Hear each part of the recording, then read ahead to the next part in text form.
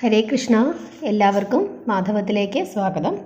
ഇന്നെല്ലാവരും ചന്ദ്രദർശനം ചെയ്ത് ചന്ദ്രഗായത്രി മന്ത്രവുമൊക്കെ ജപിക്കണം. ചന്ദ്രഭഗവാനെ പ്രത്യേകമായി പ്രാർത്ഥിക്കണം. ഭഗവാൻ നാരായണനെയും കുബേരസ്വാമിയെയും പ്രാർത്ഥിക്കണം. ആ വീഡിയോ ഞാൻ ഇട്ടിട്ടുണ്ട്, എല്ലാവരും പോയി കാണണം. കണ്ടിട്ട് അതുപോലെ തന്നെ നിങ്ങൾ ചെയ്യണം. കാരണം നമ്മളുടെ ജീവിതത്തിലെ ദുരിതങ്ങളും പ്രയാസങ്ങളും ഒക്കെ മാറി തൊഴിലന്വേഷിക്കുന്നവർക്ക് തൊഴിലും, സാമ്പത്തിക ദുരിതം മാറുന്നതിന് വേണ്ടിയിട്ടും, രോഗദുരിതം കൊണ്ട് കഷ്ടപ്പെടുന്നവർക്കും, മാതാപിതാക്കൾക്ക് ഐശ്വര്യമുണ്ടാകുന്നതിനും ഒക്കെ ഒരുപാട് പ്രയോജനം ചെയ്യുന്ന ഒരു പൂജയാണ് അല്ലെങ്കിൽ ഒരു പ്രാർത്ഥനയാണ് ഇന്നത്തെ ദിവസം ചെയ്യേണ്ടത്. അതുകൊണ്ട് ആ വീഡിയോ കണ്ട് എല്ലാവരും അങ്ങനെ ചെയ്യണം. അതുപോലെ ഡിസംബർ 16 ശനിയാഴ്ച വളരെ പ്രത്യേകതയുള്ളൊരു ദിവസമാണ്. ഞാൻ നേരത്തെ ഈ വീഡിയോയുമായി വന്നിരിക്കുന്നത് അതിനു വേണ്ടിയിട്ടുള്ള തയ്യാറെടുപ്പുകൾ നടത്തുന്നതിന് വേണ്ടിയിട്ടാണ്. ഡിസംബർ 16 ശനിയാഴ്ച ധനു സംക്രാന്തിയാണ്. ധനു സംക്രാന്തി ഒറീസയിൽ വളരെ വിശേഷമാണ്. വടക്കേ ഇന്ത്യയിലൊക്കെ വളരെ വിശേഷപ്പെട്ട ആഘോഷിക്കാറുണ്ട്. നമ്മൾ സാധാരണ മകരസംക്രാന്തിയാണ് ആഘോഷിക്കുന്നത്. പക്ഷേ ധനു സംക്രാന്തിക്ക് വളരെയധികം പ്രാധാന്യമുണ്ട്. കാരണം ധനു രാശിയിലേക്ക് സൂര്യൻ പ്രവേശിക്കുകയാണ് വൃശ്ചിക രാശിയിൽ നിന്നും. അതുകൊണ്ട് തന്നെ ധനുവിൻ്റെ ദേവത എന്ന് പറയുന്നത് ഗുരുവാണ്, വ്യാഴഗ്രഹമാണ്, ഭഗവാന്റെ ഗ്രഹമാണ്. അതുകൊണ്ട് ഭഗവാനെ പ്രത്യേകമായി വിളിച്ച് പൂജിച്ചാൽ നമുക്ക് എല്ലാവിധ ഐശ്വര്യങ്ങളും ഉണ്ടാകുമെന്നാണ് പറയുന്നത്. അതുപോലെ സൂര്യഭഗവാനെ ധനു സംക്രാന്തി ദിവസം സൂര്യഭഗവാന് പ്രത്യേകമായ പ്രാർത്ഥന നമ്മൾ ചെയ്യേണ്ടതായിട്ടുണ്ട്. നിങ്ങൾക്ക് കഴിയുന്നവരെല്ലാവരും സൂര്യഭഗവാന് പൊങ്കാല ഇടണം. പൊങ്കാല ഇടാൻ ചില ഫ്ലാറ്റിലൊക്കെ താമസിക്കുന്നവർക്ക് പൊങ്കാല ഇടാനായിട്ട് പറ്റില്ല. കാരണം പുറത്ത് അടുപ്പ് കൂട്ടി പൊങ്കാല ഇടാനായിട്ട് കഴിയില്ല. അവർ ചെയ്യേണ്ട കാര്യം നമ്മളുടെ തലേ ദിവസം തന്നെ, അതായത് വെള്ളിയാഴ്ച തന്നെ നമ്മുടെ അടുക്കളയൊക്കെ തൂത്ത് തുടച്ച് നമ്മുടെ ഗ്യാസും ഭാഗങ്ങളും എല്ലാം ആ സ്ലാബും എല്ലാം തുടച്ച് വൃത്തിയാക്കി ഇട്ടതിന് ശേഷം രാവിലെ നിങ്ങൾ നല്ല ഒരു പാത്രത്തിൽ, അതായത് പുതിയൊരു കലമുണ്ടെങ്കിൽ ആ കലത്തിൽ, അല്ലെങ്കിൽ ശുദ്ധവും വൃത്തിയുമുള്ള പാത്രത്തിൽ നിങ്ങൾ സാധാരണ നമ്മൾ പൊങ്കാല ഇടുന്നത് ശർക്കര പൊങ്കലിടുമല്ലോ, അതേപോലെ നിങ്ങൾ പൊങ്കൽ ആയിട്ട് ആ ശർക്കര പായസം ആ അടുക്കളയിൽ വെച്ച് ഉണ്ടാക്കുക. ഉണ്ടാക്കിയതിന് ശേഷം ആ പായസം നിങ്ങൾ പകർന്നിട്ട് വിളക്ക് കത്തിച്ച്, രാവിലെ വിളക്ക് കത്തിച്ച് ഭഗവാന് സൂര്യഭഗവാന് സങ്കല്പിച്ചും അതുപോലെ തന്നെ ഭഗവാൻ നാരായണന് സങ്കല്പിച്ചും 2 പാത്രങ്ങളായി വെക്കുക. എന്നിട്ട് ഇത് ഭഗവാന് സമർപ്പിക്കുന്നതായി വിചാരിച്ച് പ്രത്യേകം പ്രാർത്ഥിച്ച് ഓരോ ദേവതമാർക്കുമുള്ള പ്രാർത്ഥനകൾ പ്രാർത്ഥിച്ച് അത് ഭഗവാന് സമർപ്പിക്കാവുന്നതാണ്. സൂര്യഭഗവാനും ശ്രീമൻ നാരായണനും ഈ 2 പേർക്കുമായി ഇത് നമുക്ക് സമർപ്പിക്കാവുന്നതാണ്. അങ്ങനെ ചെയ്യാൻ കഴിയുന്നുള്ളെങ്കിൽ അങ്ങനെ ചെയ്യുക. അതല്ല, വീടുകളിൽ പൊങ്കാല ഇടാൻ സാധിക്കുന്നവരാണെങ്കിൽ നിങ്ങൾ പൊങ്കാല ഇടുക. അതല്ലെങ്കിൽ നമ്മുടെ അടുക്കളയിൽ ശുദ്ധവും വൃത്തിയുമായി നിങ്ങൾ ചെയ്യുക. അങ്ങനെ ചെയ്തിട്ട് വിളക്ക് കത്തിച്ച് വെച്ച് നമ്മൾ ഈ പായസം, ശർക്കര പായസമാണ് ഉണ്ടാക്കേണ്ടത്, പാൽപ്പായസമല്ല, ശർക്കര പൊങ്കൽ ഉണ്ടാക്കി നിങ്ങൾക്ക് ഭഗവാന് നിവേദിക്കാവുന്നതാണ്. ഈ 2 ഭഗവാന്മാർക്കും രാവിലെ തന്നെ നിങ്ങൾ നിവേദിക്കണം. അതാണ് ചെയ്യേണ്ടത്. കാരണം അങ്ങനെ ചെയ്താൽ നമ്മുടെ ജീവിതത്തിൽ എല്ലാ തടസ്സങ്ങളും മാറി സൂര്യഭഗവാൻ എന്ന് പറയുന്നത് ഊർജ്ജമാണ്. നമ്മുടെ ജീവിതത്തിലെ എല്ലാ ഊർജ്ജങ്ങളും നൽകി, അതായത് നമ്മൾക്ക് തൊഴിൽ ചെയ്യാനും നമുക്ക് മുമ്പോട്ട് ജീവിക്കാനും നമുക്ക് ആരോഗ്യമുണ്ടാകാനും ഒക്കെയുള്ള ഒരു ഊർജ്ജം പ്രദാനം ചെയ്യുന്ന ദേവതയാണ് സൂര്യദേവൻ എന്ന് പറയുന്നത്. വ്യാഴഗ്രഹം അല്ലെങ്കിൽ ഗുരു എന്ന് പറയുന്നത് നമുക്ക് എല്ലാ സമ്പൽ സമൃദ്ധികളും പ്രദാനം ചെയ്യുന്നതാണ്. അപ്പോൾ ഒരു മനുഷ്യ ജീവിതത്തിൽ നമുക്ക് വേണ്ടത് എന്താണ്? നമുക്ക് തൊഴിലെടുക്കാനും നമുക്ക് മുമ്പോട്ട് ജീവിക്കാനുമുള്ള ആരോഗ്യമാണ് വേണ്ടത്, ഊർജ്ജമാണ് വേണ്ടത്. അങ്ങനെ നമ്മൾ തൊഴിലെടുത്ത് കഴിയുമ്പോൾ, അല്ലെങ്കിൽ നമ്മൾ മുമ്പോട്ട് എന്തെങ്കിലും ബിസിനസ് ചെയ്ത് മുമ്പോട്ട് പോകുമ്പോൾ, അല്ലെങ്കിൽ എന്ത് കാര്യം ചെയ്തിട്ടായാലും നമ്മൾ മുമ്പോട്ട് പോകുമ്പോൾ നമ്മളെ പരിപാലിച്ച് നമ്മളുടെ ജീവിതം സന്തോഷകരമായും സമാധാനവുമായി കൊണ്ടുപോകുന്നതിന് നമുക്ക് അതിനനുസരിച്ചിട്ടുള്ള വരുമാനവും ഉണ്ടാകണം.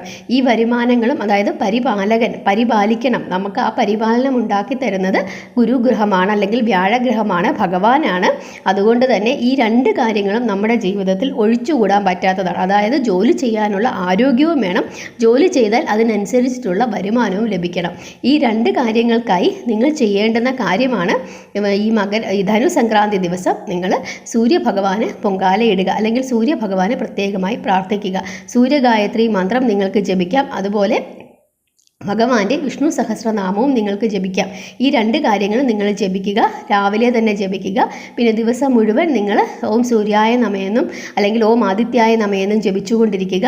അല്ലെങ്കിൽ പിന്നെ ഭഗവാന്റെ ഓം കൃഷ്ണായ നമയെന്നോ അല്ലെങ്കിൽ ഓം വാസുദേവായ നമയെന്നോ ഒക്കെ നിങ്ങൾ ജപിച്ചുകൊണ്ടിരിക്കുക. ഇനി പൊങ്കാല ഇടാൻ സാധിക്കാത്തവർ വിഷമിക്കേണ്ട, പ്രാർത്ഥനകൾ നിങ്ങൾ ചെയ്യുക. എന്ത് തന്നെ ആയാലും ഈ ധനു സംക്രാന്തി ദിവസം നിങ്ങളുടെ പ്രാർത്ഥന ഒരു കാരണവശാലും മുടക്കരുത്. നിങ്ങൾക്ക് പൊങ്കാല ഇടാൻ കഴിയുന്നെങ്കിൽ പൊങ്കാല ഇടുക. അതല്ല, നിങ്ങൾക്ക് നിങ്ങളുടെ അടുക്കളയ്ക്കകത്ത് ശുദ്ധവും വൃത്തിയുമായി ശർക്കര പായസം ഉണ്ടാക്കി ഭഗവാനും സൂര്യഭഗവാനും നിവേദിക്കാൻ കഴിയുന്നെങ്കിൽ അതും നിങ്ങൾ ചെയ്യുക. എന്താണ് നിങ്ങളുടെ സൗകര്യമെന്ന് വെച്ചാൽ അത് ചെയ്യുക.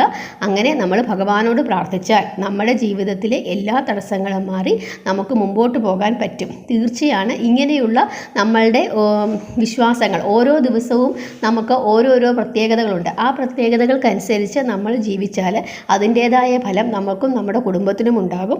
അതുകൊണ്ട് എല്ലാവരും അങ്ങനെ തന്നെ ചെയ്യണം എന്ന് പറയുന്നു. നമുക്ക് പൊങ്കാല ഇടാൻ എല്ലാവർക്കും അറിയാം, അത് ഞാൻ പ്രത്യേകം പറയേണ്ട കാര്യമില്ല. ശർക്കര പൊങ്കലാണ് ഇടേണ്ടത്. ആ രീതിയിൽ നിങ്ങൾ പൊങ്കാല ഇടുക. അങ്ങനെ ചെയ്ത് ഭഗവാനെ പ്രാർത്ഥിക്കുക. ഇങ്ങനെയാണ് നമ്മൾ ഡിസംബർ 16-ാം തീയതി ശനിയാഴ്ച ചെയ്യേണ്ടത്. ഇങ്ങനെ എല്ലാവരും ചെയ്യണം. അതിനാണ് ഞാൻ നേരത്തെ അരിയും ശർക്കരയൊക്കെ മേടിച്ച് നേരത്തെ വെക്കാൻ വേണ്ടിയിട്ടാണ് ഞാൻ ഇങ്ങനെ പറഞ്ഞത്, നേരത്തെ തന്നെ ഈ വീഡിയോ ഇടുന്നത്. എല്ലാവരും അങ്ങനെ ചെയ്യണം. അങ്ങനെ ചെയ്താൽ നമുക്കും നമ്മുടെ കുടുംബത്തിനും എല്ലാവിധ ഐശ്വര്യങ്ങളും ഉണ്ടാകും.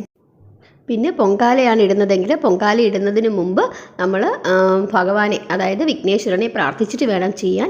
അതുപോലെ നമ്മുടെ വീട്ടിലെ ഗ്യാസ് അടുപ്പിലാണ് ചെയ്യുന്നതെങ്കിലും വിഘ്നേശ്വരനെ ഒന്ന് പ്രാർത്ഥിച്ചിട്ട് വേണം നിങ്ങൾ ചെയ്യാനായിട്ട്. പിന്നെ ഈ പൊങ്കാല ഇടുന്ന സമയത്ത് സൂര്യഭഗവാനെയും ഭഗവാൻ നാരായണനെയും മനസ്സിലോർത്ത് പ്രാർത്ഥിക്കണം.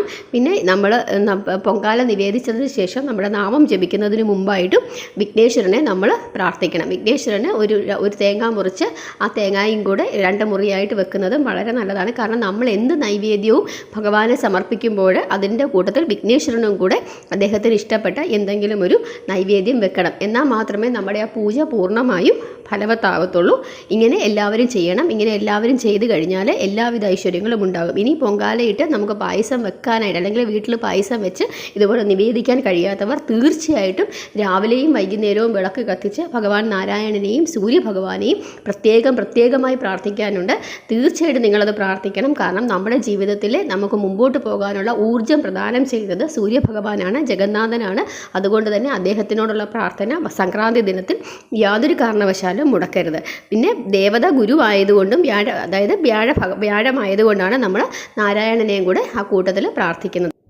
പിന്നെ പൊങ്കാല ഇടാനും പായസം വെച്ച് ഭഗവാനെ നിവേദിക്കാനും സാധിക്കാത്തവർ അതിരാവിലെ ഞാൻ ഉദ്ദേശിച്ചത് രാവിലെ തന്നെ നമ്മൾ കുളിച്ച് വൃത്തിയായി ശുദ്ധമായി കിഴക്കോട്ട് തിരിഞ്ഞു നിന്ന് സൂര്യഭഗവാനെ നോക്കി പ്രാർത്ഥിക്കുന്നത് വളരെ വളരെ നല്ലതാണ്. ഓം സൂര്യായ നമയെന്ന് 108 തവണ നിങ്ങൾ ജപിക്കണം. തീർച്ചയായിട്ടും സൂര്യഭഗവാനെ അന്നത്തെ ദിവസം പ്രാർത്ഥിക്കുന്നത് നിങ്ങൾ ഒഴിവാക്കരുത്. അതേപോലെ തന്നെ ഭഗവാൻ നാരായണനെയും, ഈ 2 പേരെയും തീർച്ചയായിട്ടും നിങ്ങൾ പ്രാർത്ഥിക്കണം.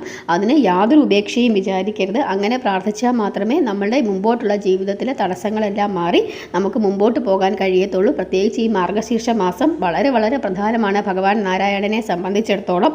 അതുകൊണ്ട് തന്നെ ഗീതാ ജയന്തി വരുന്നുണ്ട്, നമുക്ക് വൈകുണ്ഠ ഏകാദശി വരുന്നുണ്ട്, ദത്താത്രേയ ജയന്തി വരുന്നുണ്ട്. ഒരുപാട് പ്രത്യേകതയുള്ള ഒരു മാസമാണിത്. അതുകൊണ്ട് ഈ മാസത്തിൽ ഭഗവാനോടുള്ള പ്രാർത്ഥന യാതൊരു കാരണവശാലും നിങ്ങൾ മുടക്കരുത്. അങ്ങനെ എല്ലാവരും ചെയ്യണം. ഇനി എന്തെങ്കിലും സംശയമുണ്ടെങ്കിൽ നിങ്ങൾ കമൻ്റ് ഇട്ട് പറഞ്ഞാൽ മതി. അതേപോലെ തന്നെ ഈ ചാനൽ ആദ്യമായി കാണുന്നവരാണെങ്കിൽ ചാനലൊന്ന് സബ്സ്ക്രൈബ് ചെയ്യണം. അതുപോലെ നിങ്ങൾക്ക് ഈ വീഡിയോ ഇഷ്ടപ്പെട്ടെങ്കിൽ ലൈക്ക് ചെയ്യുകയും നിങ്ങളുടെ സുഹൃത്തുക്കൾക്കും മറ്റുള്ളവർക്കുമായി ഷെയർ ചെയ്ത് കൊടുക്കുകയും വേണം. അതേപോലെ സബ്സ്ക്രൈബ് ചെയ്യുമ്പോൾ ഓൾ എന്ന ബട്ടൺ തന്നെ നിങ്ങൾ അമർത്താനായിട്ട് ശ്രമിക്കുക. ഹരേ കൃഷ്ണ.